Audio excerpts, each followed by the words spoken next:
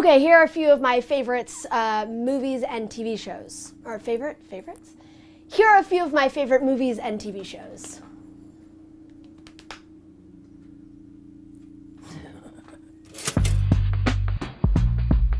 Young Frankenstein, Princess Bride. I was raised with those two. Like, it was like religion in my house that everyone was quoting Young Frankenstein and the Princess Bride before I even knew what it was. So someone would say, Flabruga, and everyone else would go, nah!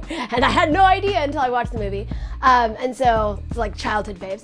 I love the Lord of the Rings series. I've always loved them. My grandmother was a huge fan and forced me to watch them when I was way too young. Like, I was like 9 and in the hospital by myself, and had nightmares about orcs for months. But then once I got all over that, I love the adventure of it all. I've always been a fantasy nerd because it makes me feel like there's something bigger and awesome, and I like have all of the theme songs memorized and listen to the film scores of Lord of the Rings all the time. I love Dune. I also love sci-fi. I love the original Star Trek. My dad was a big fan of that and got me into it. Okay, Quentin Tarantino, one of my favorites of all time.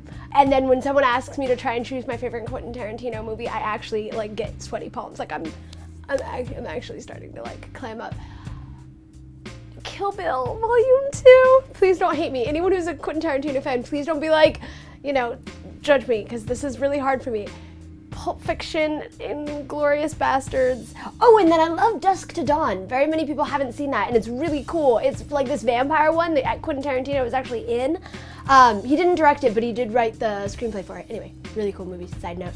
Favorite movie of the year, and actually of maybe the past few years, is Mad Max Fury Road. It's incredible, and I wasn't expecting much from it because my dad was like, oh, let's go see it, and I thought it was like one of those like Fast and Furious movies, which I'm not a huge fan of. Sorry, don't want to offend anyone. But anyway, I went, and it's insane, and it's so good and just beautiful to watch. So go watch Mad Max if you ever get a chance to. Classics, I love Forrest Gump. I actually used to watch it like on replay in the hospital when I'd get really sad and like cry a lot. Proud moments. Oh, X-Men, I love X-Men. Always loved X-Men. I really enjoyed the newer X-Men's too, because I totally have a thing for James McAvoy. And Michael Fassbender, actually, now that I'm thinking about it. Slumdog Millionaire was a good one for me. Okay, Little Miss Sunshine was one of my favorites for a very long time. Still kind of is. My mom made me watch that too. Again, when I was too young. I'm kind of feeling a recurring theme of family members forcing me to watch movies that I was not emotionally ready to handle. TV shows. I'm crazy about Sherlock and Bob's Burgers. I'm now kind of getting out of my Sherlock phase, but I still, still have like a place in my heart for Sherlock.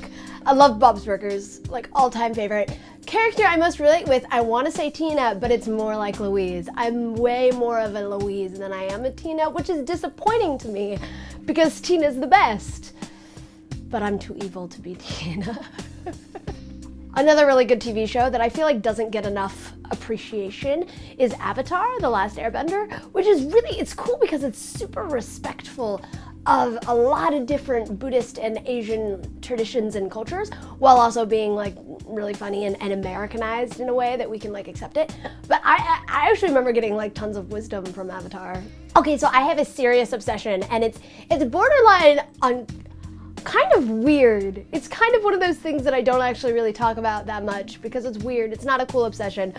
With decorating shows on the home network, like the HGTV, like it's bad. And I used to watch them for days on end when I was in the hospital, and then I would see something on the decorating shows that I needed to do in my room, and it would be like an obsession. And when I was 13, I got to do Make-A-Wish and all of that, because all the sick kids get the Make-A-Wish perks.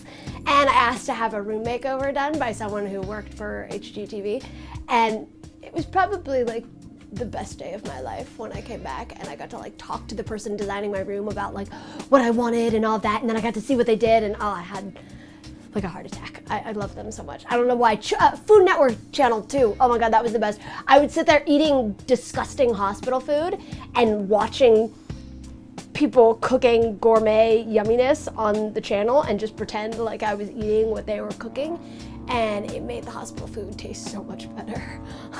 Really the only way I can get through. But don't ever watch Food Network without having something to eat, or you will gnaw off your entire arm.